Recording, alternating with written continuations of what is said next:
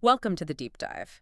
We take the sources you send us, pull out the big ideas, and hopefully give you that aha moment without you having to wade through everything.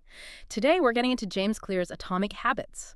And this book, well, it kind of flips the script on self-improvement, doesn't it? It really does, yeah. Yeah. Forget needing massive willpower or some huge motivational lightning strike. Right. Clear argues that the real transformations, the big ones, they don't come from these grand gestures. They actually come from something almost invisible. Tiny habits. Exactly. Tiny, consistent actions compounding over time. We always think change has to be this huge event, like a New Year's resolution that fizzles out by February.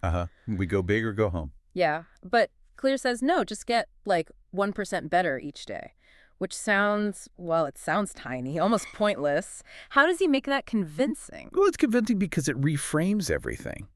We're all waiting for that big push, right? That surge of motivation. Yeah. But Clear shows real progress is actually built on these tiny marginal gains. Whoa. He uses that great analogy, compound interest. Oh, okay. Like with money, 1% on its own. It's nothing, practically. But day after day, week after week. It starts to snowball. Exactly. It adds up into something huge. What feels slow at the start is actually building this incredibly solid base. It's about being consistent, not, intense bursts. That makes sense. So, okay, if the small actions are the how, what really struck me is how Clear ties these little habits to something, well, much bigger, our identity.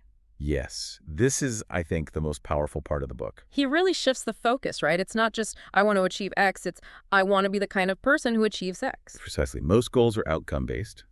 I want to write a book. Clear flips it. I am a writer. Mm. And when you start thinking like that, when you shift from the what to the who, well, your actions tend to just line up naturally. Okay, so you're not forcing it anymore. Right. You're embodying that identity. So you stop chasing the goal and start building the system, the internal framework that makes those behaviors almost automatic. You become it. That sounds, yeah, really logical when you lay it out like that. So if becoming this new identity is the goal, the why, how does Clear give us the practical steps, the how-tos? He has these 4 laws, right? Yep, the 4 laws of behavior change. And they sound almost too simple when you first hear them. They do.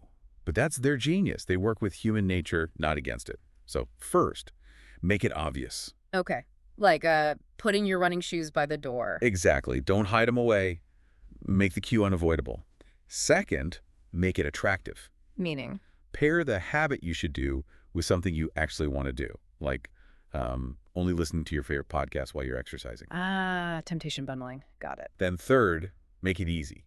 And this one's critical. Start small, like ridiculously small. How small are we talking? 1 push-up, read 1 page. Meditate for 1 minute.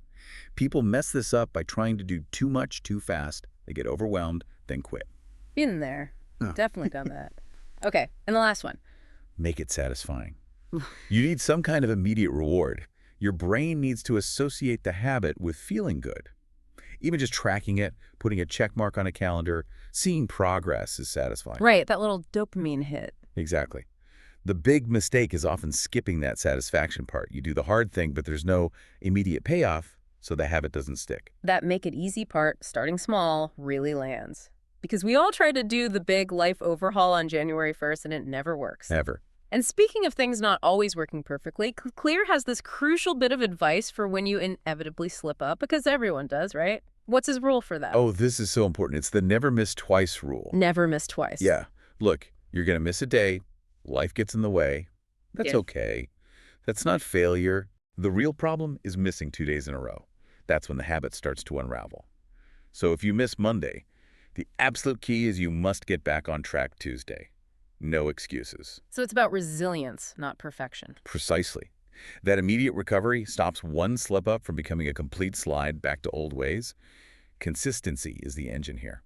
So wrapping up this deep dive, Atomic Habits really gives us a clear, practical game plan for actual growth. It cuts through a lot of the usual self-help fog. It really does focus on what works, based on behavioral science, sustainable change. And maybe, for you listening, the thought to leave you with is this. Considering how powerful these tiny, consistent actions are, which is one atomic habit, no matter how small it seems right now, that you can start today. One that aligns with the future identity you'd like to build.